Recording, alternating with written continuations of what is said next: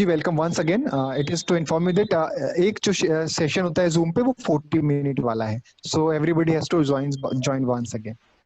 जी आयुषी जी, आप मुझे सुन पा रही हैं? जी जी बिल्कुल। आपको मेरी आवाज आ रही है?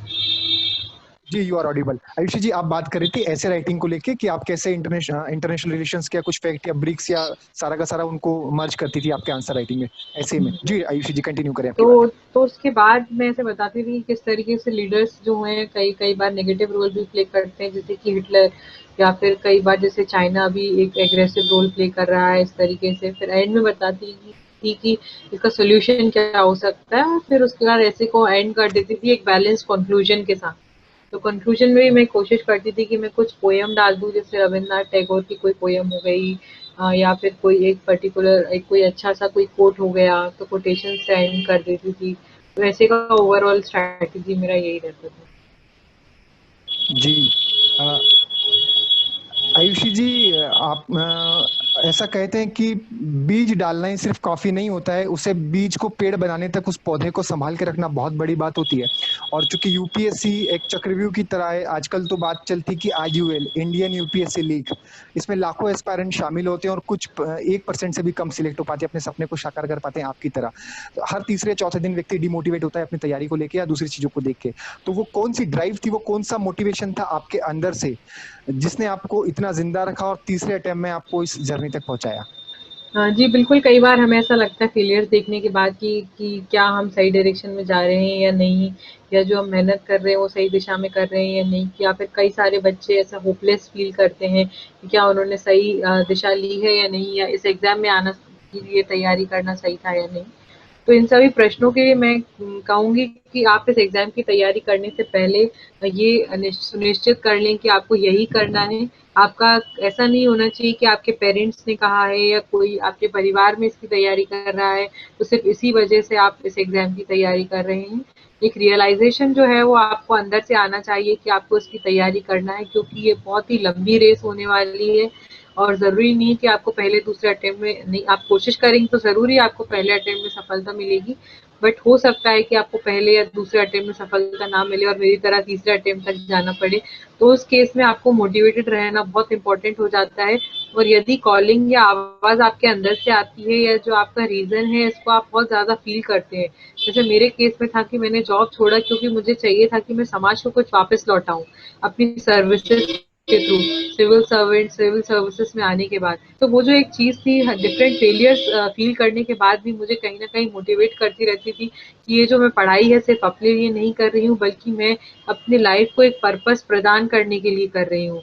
तो दैट इज़ वेरी इंपॉर्टेंट। आप ये बात आप एग्ज़ामिनेशन की तैयारी करने से पहले ही एक डायरी में लिख लें कि आप सिविल सर्विसेज क्यों ज्वाइन करना चाहते हैं। तो उस डायरी को आप बार-बार देखें जब भी आपको ऐसा लगे कि आप होपलेस फील कर रहे हैं या आपको निराशा फील हो रही है आपके एग्ज़ाम के किसी भी लेवल पर। जी Ayushi ji, Ayushi ji, the last lap of journey is very important. अगर हम कोई भी रेस में हिस्सा ले रहे हैं तो आखिरी के लैप में भी हमें उतनी एक्यूरेसी और स्पीड चाहिए। तो आपने प्री के बारे में बहुत अच्छे से बताया, मेंस के बारे में बताया। What was the important thing जो एक एस्पिरेंट को इंटरव्यू के दौरान याद रखनी चाहिए, या आपका इंटरव्यू कैसा रहा? कुछ इनपुट्स आप अगर इंटरव्यू के बारे में देना चाहें तो।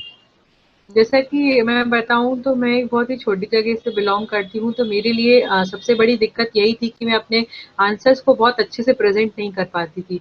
बहुत हेजिटेशन होता था बोलने में, तो मैंने कोशिश की जितना भी मुझे मौका मिला कि मैं डेली प्रैक्टिस करूँ आंसर्स बोलने की, आईने के सामने बोलूँ, अपने दोस्तों से बात करके बोलूँ। जैसे ज़ूम मीटिंग्स के थ्रू हम प्रैक्टिस करते थे आंसर्स बोलने की, तो मैं दिन में कम से कम 1 इंटरव्यू तो दे ही देती थी। तो मेरे 2-3 डिफरेंट ग्रुप्स थे, अलग-अलग कोचिंग्स के। ऐसे बच्चे थे जिनको मैंने कभी पहले देखा नहीं था, बट कोचिंग के माध्यम से या किसी दूसरे प्लेटफ़ॉर्म के माध्यम से हम मिले थे।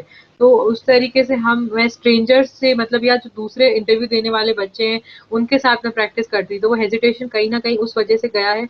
और मैंने इंटरव्यूज़ या अपने भाई को ही मैं क्वेश्चन सेट पकड़ा देती थी कि ये सारे 5 क्वेश्चन हैं, ये मैं तुमको आंसर दूँगी, तो वो मेरे इंटरव्यूज़ ले लेता था।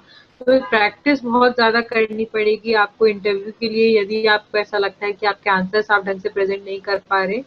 और दूसरा ये कि जो आप एप्लीकेशन फॉर्म सबमिट करते हैं यूपीएससी या किसी भी सिविल सर्विसेज की परीक्षा के दौरान, तो वो जो क्वेश्चन, वो जो एप्लीकेशन फॉर्म होता है उससे कई सारे क्वेश्चंस पूछे जाते हैं, तो उसको डिटेल्ड एप्लीकेशन फॉर्म बोलते हैं या डैफ बोलते हैं। तो उसको आपको काफी अच्छे से प्रिपेयर करना होता है।